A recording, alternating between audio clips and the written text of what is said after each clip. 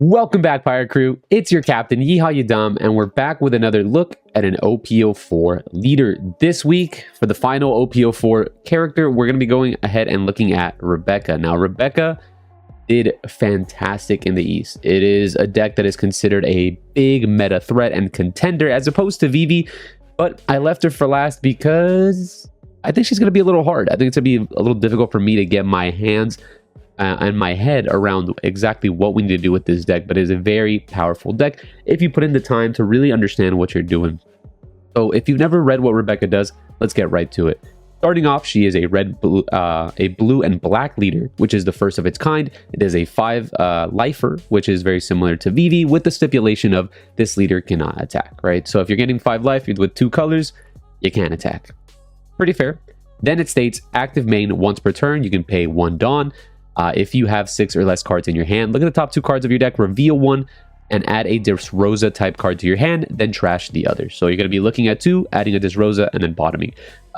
What makes this so bizarre is the fact that the majority of the Disrosa cards came in the black coloration, and that's why you see a very weird split of how exactly the black and blue come in this deck. I took this list from OP top decks, where the most recent Rebecca list looked a little bit like this. Obviously, I added my own little spice to it, but for the most part, this is kind of what a Rebecca list looks like. The black portion of this deck is pretty much what most Rebecca players play, so let's go ahead and talk about it, right? We have now the Disrosa archetype. We have Ideo. Ideo is the blocker for the set, so it's a 2-cost, 2k blocker. Now, you could play any sort of blocker in this position. You can think of like laws or things like that. The reason we choose to go for Ideo is because it has the Disrosa typing, and you don't want to whiff with this effect. This is what makes Rebecca so powerful. Vivi, you're paying 2 to draw a card. Rebecca, you're paying 1.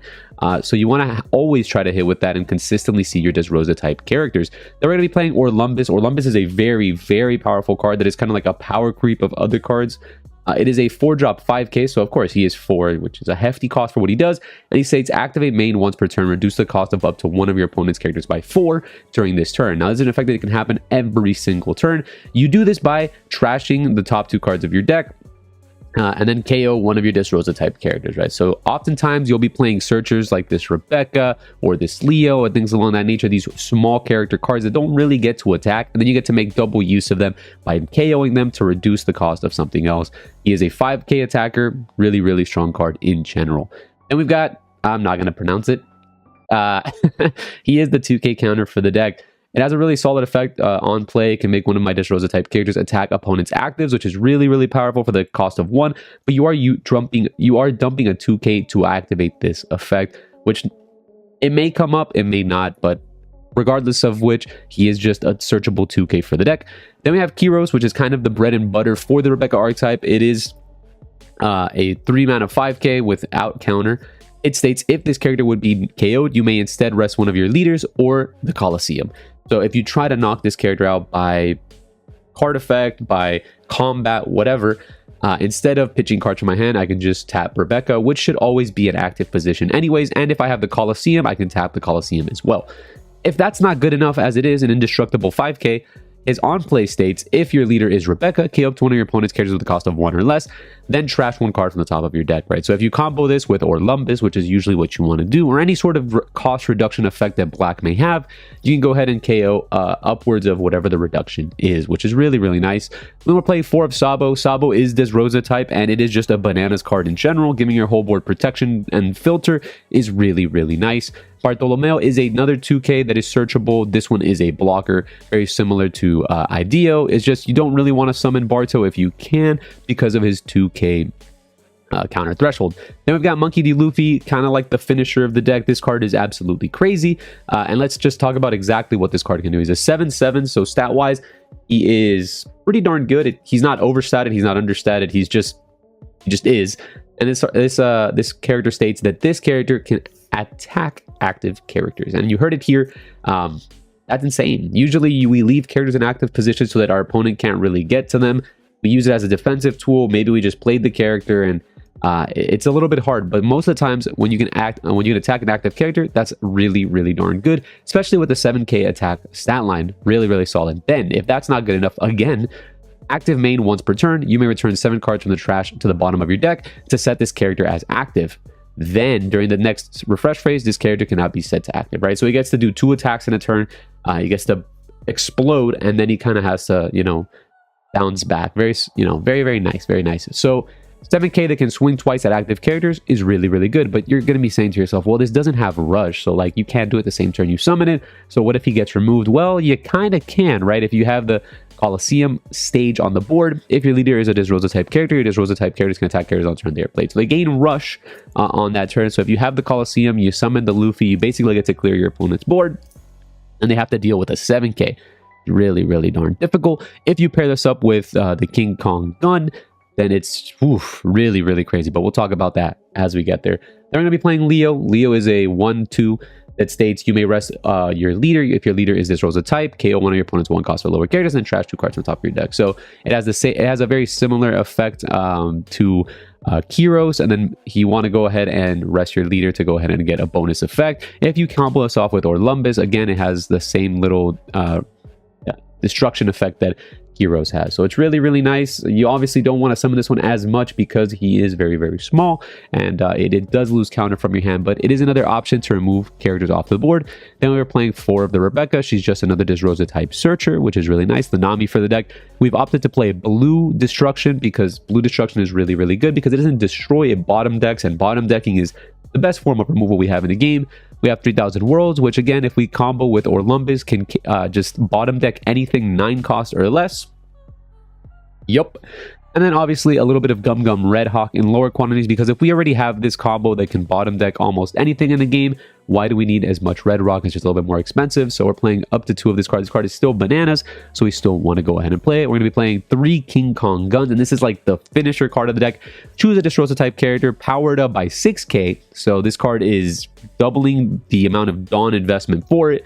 And if I have 15 in my trash or more, it gains double strike. So if you combo this off very well with Monkey D. Luffy, you're making a 13k attacker, and then he can double strike and can attack twice in 1 turn. Really, really strong. Obviously, you don't have to do this the turn that you summon the Luffy. If Luffy is able to survive a turn, when he restands himself, you go ahead and give it the gun, put a bunch of Dawn on it, and we're off to the races, right? And obviously, we already talked about the Colosseum. The last 2 blue cards that we're going to be playing is Kaya. It is a great 2k. It is filter. You obviously don't have to play the Kaya. You can play something else in its place. But I felt like I needed a little bit more 2k. At this time, we're playing 10, right? If we look at Gyatz, Bartolomeo, and Kaya, I think that's the right amount of 2ks that we want to be playing. We're going to be playing 2 Kaido because this card is absolutely bananas. Obviously, if we combo that off with Orlumbus, this can bounce anything and then anything, which is really, really nice. So we're going to give this deck a shot. Hopefully, I'm able to play a couple practice games before I can show you these games so I can have a better understanding of the deck and give you some high-quality gameplay, because I do believe this deck is just a little bit tough to get around. So I'm going to go ahead and do my best to show you what this deck can do. So let's get right into those games. Alrighty, so for our first game, we've got Rebecca versus Katakuri, which at the time I didn't know would be a terrible matchup, but here we go. We start off with Rebecca searching and then using the leader ability to search again. A very classic turn 1 from Rebecca. Our opponent does a very good play, actually, where he attacks me for 9. Makes it a little bit more difficult to counter and makes it more difficult, most importantly, to get cards out of my hand for future turns. My opponent decides to attack me for 7 here, and I opt to counter out just so I can go right back down to the threshold that Rebecca wants to be at. He plays a Opera. Now, Opera is going to be a little bit weak, right? Because I can go ahead and use Orlumbus's effect and then combo that with a Kyros and then just mill a couple cards while dealing with the card effectively. I get to use Rebecca's ability, find my Colosseum, which is really good. Play Rebecca again. Looking for quite a couple cards here. I do have a Sabo, so I opt to go for the 2k counter, and then I attack my opponent for 5. In this matchup, I don't believe that I have too much time to waste, as the more time that I give my opponent, the more time that they have an opportunity to go big mom, big mom, big mom. And if that ever happens, we probably most likely lose the game. So I go ahead and decide to be offensive with this Orlumbus. My opponent goes 5, which is an easy combo for me. I'm going to go ahead and trade him the Sabo, which is probably not the greatest. I'll go ahead and trash a life. I can't opt. Again, the longer the game goes, the worse it gets for me. So I have to give my opponent the life if possible. And I think my opponent's just going to be waiting here, going to go back to my turn. I do have the Luffy, which is a good opportunity to go ahead and just to summon him here, try to go ahead and attack the mom. I can also use the ability of Orlumbus, try to look for some cards, try to look for an answer to go ahead and remove this mom like a Treno Bastardo. I swing for 5, my opponent takes, but it is a trigger. Swing for 5 again. Deciding to attack first, mostly because it gives me an opportunity to go ahead and summon Luffy here, and Luffy go ahead and clean up some of the cards if I had some triggers. My opponent combos out of that 5, giving me a 2k, which makes it a little bit easier now to go ahead and deal with what I've got. So I do get to go ahead and go Kyros. I'll play a Sabo. Sabo's going to go ahead and pitch the King Kong gun, and this next pitch is a little tough. Probably the Kaido. The Kaido is one of the cards that is a little bit more underwhelming in this list. The more that I played it, I just never found a good situation to go ahead and summon him. So I think I'm going to go ahead and opt to go ahead and remove him. Yeah. And now I'm in a really low hand size, but my opponent's also at a very similar low hand size. I do have a board of unKOable little Kyroses. I have the Orlumbus and a blocker. They can be Thunderbolted. My opponent's at 9 Dawn, which is, again, really good for me. Goes ahead and summons a Cracker here. And then they opt to attack something for 8. They attack, me for 9. 9 is a huge number. I'm going to have to accept this one. My opponent attacks me for 8. I'm going to go ahead and counter out of this possibly. No, I take it again. Going down to really dangerous thresholds here. I'm at 10 Dawn. I do have Luffy. Luffy with King Kong gun just clears the board. I have a blocker, but they do have Thunderbolt possibly, but that's, without any attackers, there's no real way for that to push through. I do again have to deal some damage to his life. So I've got a couple of concerns on this turn. I have the Leo, which Leo can theoretically KO the Cracker, but I think I just need to deploy this Luffy as soon as possible. Now, the more that I've tested this matchup, post the set 4 being out and just playing a lot more, I've noticed that having this Luffy is pivotal in this matchup. It's a card that you have to summon basically on curve. I just go ahead and put 7 back because it doesn't matter. I don't think this game is going to last much longer. There is, something to be said about playing a little bit more safe and, stacking the bottom of your deck correctly. My opponent gives me 2 2Ks, and then I'm going to go ahead and attack him for 5. And here's where it gets a little dicey. This is what really comes down to when you're playing Rebecca. These turns where you're like, well, I have to put him down low enough so I can KO him on the following turn, but if it hits a trigger here, I might lose. And this is a situation that still exists to this day for Rebecca. So for 5, my opponent takes it. He hits a Beji. I think the Beji goes on the Sabo, which is a mistake. It should most definitely go on the Luffy. If the Luffy can't attack next turn, my apologies. If it goes on the other Kyros, then he's probably a little bit more safe, because I do want to keep this Orlumbus back and this Sabo. The Sabo is most certainly not going to attack this turn. So go ahead and swing with the Kyros. He has 1 card in hand. He either gives me the card or takes the life. But I just want to get him to 2 life if possible to set up my King Kong gun on the following turn with Luffy. Swing with this Orlumbus as well, just again to play around a Big Mom. If he goes Big Mom next turn, he's going to still be at 2 life, and then I can go Luffy for game with King Kong gun. So he goes down to 1. And he does get a trigger, which is Sanji, which isn't the worst. Sanji's, a little bit manageable. He does get the Big Mom, so we were expecting this. And now we do have an opportunity to win the game here. So he's going to go ahead and attack me for 8. I can combo out of that pretty convincingly. I think I do need to keep the Leo, though. That is very important. But I do have infinite combo. I have an Orlumbus that I can pitch. 2 2Ks, swings at me for 5, I block, swings at me for 5 with the Sanji is a mistake, but we'll see.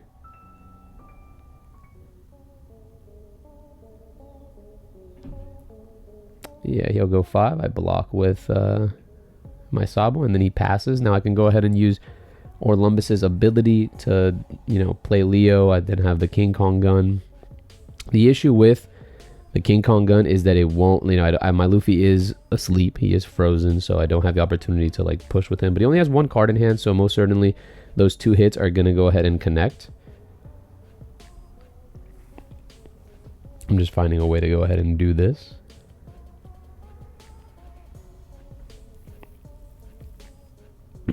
I swing for 5.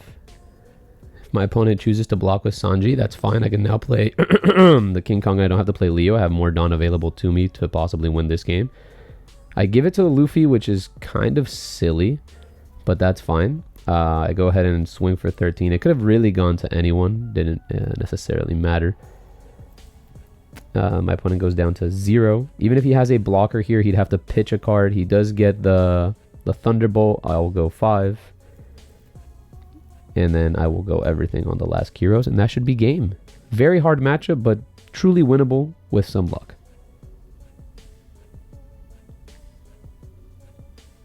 Alright, for this next game, I'm playing versus Eustace Captain Kid, which, if you've seen the tier list video, I didn't respect too much, but really interesting how his leader and my leader have some sort of counter activity. He goes ahead and swings at me for 8. This is a play that a lot of people do versus Rebecca, and it's very understandable. Make sure that I take a damage, or I give him 2 cards early game. Either or, it really depends on the opening hand of the Rebecca. My opponent goes 7, restand to 7, and I'm like, oh, so it's gonna be one of these, right? I'm gonna have to try to run out as many blockers as humanly possible. I'm gonna go ahead and pitch Kaya and Orlumbus. I don't think he's gonna summon many more cards, and I do have an Orlumbus on the board, which is already really good.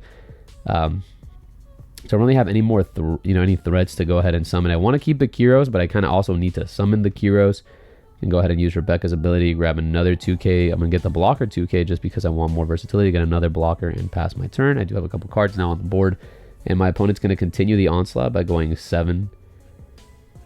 I get triggered, I take that first 7. I got a trigger here. Down to 2 life already, which is not where I want to be with Rebecca. He pitches a Krieg, hits me for another 7. I go ahead and defend it. And now I do get to deploy a Sabo here. Sabo gets to cycle out these removal spells, which aren't going to be useful. He has 2 up for like upon Gibson, which, yep, there it goes. We just got to get it out of his hand. I got to go and remove these cards because they're not really going to be used. I do have to probably summon this Kyros, so I'm going to remove the 3000 Worlds most definitely, and then summon Kyros and pass possibly. Is the best way to go about this turn. Let's see what I decide to do. It's been a while since I've watched these videos, so decide to get rid of the Kyros, which has to be a mistake. I can also swing with Rebecca. I use leader ability, get another 2k. That's fine, I guess. I just don't see myself using this 3000 world, but I guess like in the off chance that he does summon like a turn where like he gets low and he goes blocker, I can go 3000 world, answer it, and then move on. It is a little bit cheaper than Red Rock. I don't expect him to play too many blockers. He goes 9. Yeah, and I should probably run out a couple of these like Bartolomeo blockers. They'd be very good. I'm gonna have to use the trigger here for the King Kong gun just to go ahead and set up for the other King Kong gun. Gonna go pitch a couple cards. I go down to 1 life to my opponent's 4, and he has a huge hand, so very scary.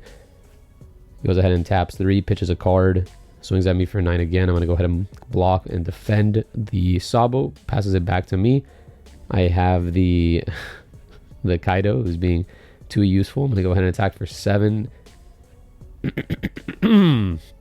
Yeah, this turn is basically try to hit as many times as possible and then summon a couple blockers. I go ahead and I hit this life. It does look like it's a trigger. He's opting to see if he wants to do it or not. I go ahead for another 7. Opponent takes it again, and then I do have these King Kong guns that are pretty useful, but maybe don't want to go ahead and deploy them now. I'm gonna get the Luffy, which doesn't really make, doesn't matter, but there wasn't really too much choice in that hand. And then I think I opt to either play this Rebecca or pass the turn here. Either or is pretty fine. The Rebecca couldn't search another 2k. I decided to pass XD. Opponent attacks for 7. I'm gonna go ahead and block probably 2k.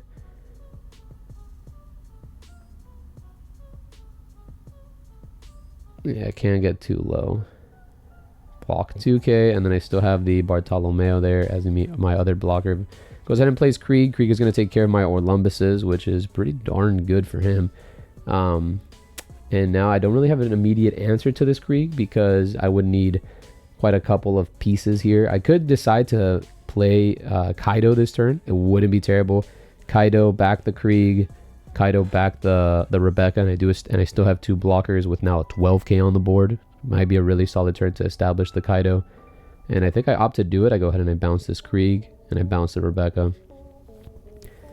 Yeah, if he's going to come down, this would be the turn for him, I believe. And I still have 2 King Kong guns, which I would love to go ahead and just make sure to connect with on the following turn. There was an opportunity for lethal there. I guess that's why I was thinking, because if I just go King Kong gun on the Sabo, King Kong gun on the Bartolomeo, put everything on him, maybe he loses. But he had 2 Dawn up, so I was afraid.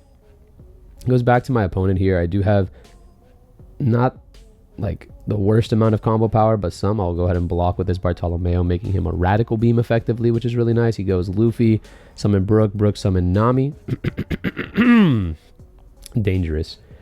That is a really solid turn from my opponent, and I don't really have any outs to those specific cards. And I'm down to 1 life. He has a lot of cards in hand. It's getting a little difficult without the Colosseum here to really go ahead and deal with this board. If I had Colosseum, I could just Luffy away the majority of his cards and then at least get 1 point of damage in. But without the Colosseum, I don't think I can achieve that. So I do have Rebecca. I do have Orlumbus. Have leader effect that I can go ahead and try to make use of. I do just have too many cards in my hand to go ahead and do so. I'm going to go ahead and use Rebecca. Rebecca's going to find me a Sabo. I'm going to go ahead and use another Rebecca. Rebecca's going to find me Bartolomeo. I'm going to go ahead and Sabo. I find the Colosseum. I don't know if I need 2 King Kong guns. Seems a little excessive, but making my board in the not KOable is really nice. I go ahead and play the Colosseum here. It's going to put me down to the threshold that I can Rebecca, get another 2K, and then I'm going to pass my turn here. If I can survive this turn's onslaught, then I most likely win the game. But it's very difficult to with a lead that can dual attack and just so many attacking bodies. I'm going to have to give up a lot of blockers here. My opponent goes ahead and attacks for a 6. Now 6 isn't good, but it's good that he does tap a Dawn here to use Nami's ability. That's excellent for me. Goes ahead and goes a 6 again. I'm going to give him another 2K. And then I don't think I can possibly, get lethal this turn. Which is really, really good. Goes ahead and goes 6 on leader. I'm going to block, give him a 1K. He goes 7 at my face. Yeah. I mean, this is the final turn of the game for him and for me. So I'm going to get 1 more card. And then he passes, keeping up a bajillion Dawn. But I do have a lot of good stuff to work with here. I go ahead and I swing with my opponent for 12. 12 is going to give me the most amount of options and seeing what's going on. He goes ahead and spider webs, 2K, 1K, 1K, brings back the Luffy. I'm going to go ahead and should most possibly King Kong gun here. Attacking for 7 seems like a mistake. Yeah, I just punk Gibson's my Rebecca. Right. And it's impossible to lethal him now. Right? Because I can't. Oops. Because I can't go ahead and use King Kong gun with 1 blocker up. So trying to look for any other options that I have here. I do have a lot of Dawn to work with. Right? Still, I've only used a 1 Dawn. I can go ahead and use a Luffy. But Luffy, again, clears me out of using the King Kong gun because of that 1 Dawn that I used on the Sabo. Yeah, that was pretty questionable. I had to make it so there was attacks that he couldn't counter out of. So being able to allow, keeping up 6 Dawn is very tough to work with. And yeah, I'm left in a really tough position. I just don't know how I can go ahead and finish this game with that through that blocker. Seems nearly impossible. Guess I can use Rebecca's ability here to go ahead and see if I can find anything. I find a Rebecca. Now, trying to see if does Rebecca find me anything. Again, it's just like Treno or something. Yeah, I'll go 9 with this Rebecca. Using the King Kong gun plus a Dawn, a total of 4 Dawn investment. But once again, impossible to win this game, I think. Even if he lets this go through, which is most possibly fine. If I go ahead and commit the rest of the Dawn to the Sabo, he blocks, and then, he has free reign to defeat me on the following turn. Let's see. He opts to go ahead and counter out of it, going down to 0. He did have the 3 events. He was not bluffing the 3 events. And I just, GG, going to go ahead and put the rest of the Dawn on Sabo and just concede the game. Yeah. Well played.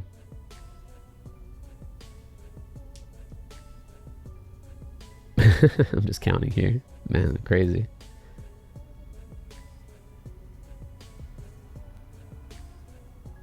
And for our last game here, we're playing versus the Burple Kaido. Now, Burple Kaido is a pretty interesting deck. Gotten a lot of steam, got a lot of support in set 4, and it's a deck that I think is pretty cool. In general, I think it also gives Rebecca a pseudo hard time because they do play these really big bodies that, yes, they can be removed with a combination of like Orlumbus, Treno, or a Red Rock and things like that. But their big bodies do have on plays, and they get the immediate value, such as 9-drop Kaido. Mostly 9-drop Kaido is what I'm going to be referring to in this matchup, because once they're at 10 Dawn, they can go 9-drop into 9-drop, and unless I Saboed on the previous turn, that 9-drop is going to wreak havoc. So my opponent gets a pretty good start. He gets to go first. He goes Law into Oni into Queen. So pretty solid start from my opponent. He does only attack me for 5, which is just not what you want to do versus Rebecca, right? I just continue to keep my hand at 6 cards, as you can see here. And I found the Colosseum, which is really nice for me. I have the 3,000 Worlds to go ahead and remove the Queen. I go ahead and use Leader's ability. I swing for 5 with my unKOable little dude. He laws again, and yeah, it's even though we're evened at this point, my opponent has ramped because of the Oni stage. He's seen 2 queens, which has allowed him to filter a lot of cards into his hand, which is very, very good for them. But we're chucking along with our game plan, and it's not looking too terrible. On the next turn, we do have Luffy. We have a gun. We've got Luffy with a gun. But we got a lot of good stuff going for us. I do have the Orlumbus here. Orlumbus is going to use his ability to mine it. I'm going to go ahead and remove the Rebecca off my board. Just want some space, and I want more cards into my trash. I believe at this point in time, I was at least that's what I was counting. I go ahead and use Rebecca's ability, get a Gyat, and yeah, no, I'm in a very solid spot here. I've used my mana completely. Have 7 in hand or 6 in hand. My opponent has no board, but they are at 10 Dawn here. Puts a Dawn on their leader. Probably shouldn't have swung, because that just denotes that he don't have Kaido, but he does have Kaido, so he should have swung after, right? And used this active Dawn to swing for 7. Just an overall better number, and he hits me for 10, right? And without the Orlumbus, it's going to be a little bit difficult to deal with. Now, I do have the Luffy that I've been talking about. Now, Luffy can go ahead and attack it twice for 10, but that just seems very suboptimal. So I don't necessarily know how we're going to go ahead and deal with this. I'm going to go ahead and swing at my opponent for 5. He goes ahead and defends, swing at my opponent. Does he defend again? He does defend again for another 2k. I'm going to go ahead and use Luffy. Luffy find a card here.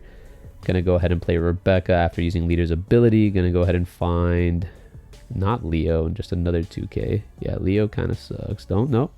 Oh no, I got Leo. I'm just trolling all over the place. Who knows? So whatever. 7 Dawn. Luffy is in an active position, which is good. 7 is a number that usually they can't deal with. But remember that he's going to 9 Dawn, and if they do play Mihawk, that was just horrible for me. He goes in and plays King. King is going to remove the Rebecca. He's going to gain a Dawn. He's going to swing at me for 9 if he possibly, if he wants to. But I do get to just fully clear his board next turn, and then play a Sabo, and then after that, he's just completely screwed. Swings at me for 7. I get to defend this pretty easily. Go Gyat's, play Chisabo. And then he passes the turn, keeping up 2 Dawn. So I can go King Kong Gun on the Luffy. And I can use that to... Oh, I'm going for game. Okay. That also works. I guess. Hell's Judgment would be a hell of a card here, right? Because if you use Luffy to restand himself, he keeps the minus 3k. Gonna go ahead and shuffle back a bunch of cards here. And then attack... one more time at the leader. Yeah, this definitely didn't seem like the move, but I guess this is what I decided to go with. Gonna attack him for 5. Yeah, I could have just King Kong Gun the Luffy, put 1 down on him, making him 14. Go at the Kaido, go at the King, play a Sabo, play an idea and a Sabo, make my whole board unKOable with 2 blockers, and remove his board, and then he's truly done. Which is exactly what I did. Just instead of clearing his board, I decided to let him keep the board, which is interesting. I do find another King Kong Gun, which is not terrible. The King Kong Gun is going to allow me to make these Kidoses, threatening. And it says they can be removed, unless he has 3,000 Worlds or something like that. He's going to be in for a tough spot. He's going to go ahead and attach a Dawn here, play a Queen, which is really good for them. This is another blocker, which allows them to kind of get around what I'm trying to do. And then they swing at me for 6. I could defend it with this Bartolomeo, and I will choose to. They will get the Dawn no matter what, right? Because they swing at me for 7, and then they get the Dawn. They swing at me for 10. I take the life. They play a Law blocker. I guess the Leo is going to come in handy, huh? Oh, Lord. I do have a 5-card hand with, a bit of Dawn active. So it's not necessarily over for my opponent. Now, I do have the Leo to remove the Law, which is nice. I don't have anything to reduce the cost of the Queen, so I can't necessarily, clear it. But I can always restand the Luffy and, attack into it to remove a 2k from their hand. And that's a possibility. Once I do that, I can go, what am I swinging at? 8s? He has 4 Dawn available, so it's not necessarily over for them, especially with 2 blockers. I just had to go Leo here. Leo's going to go ahead and use their ability, target the Law, mill a couple cards. And that is a 1 Dawn investment to remove a blocker, which is huge for me at this point in time. I could always use Rebecca's ability to try and find something to get out of this Queen's attack. I could also just King Kong Gun force the Queen to block. I'm going to go ahead and just King Kong Gun the Sabo, swing for 12. And 12 is not necessarily, not lethal. You go ahead and swing for 5.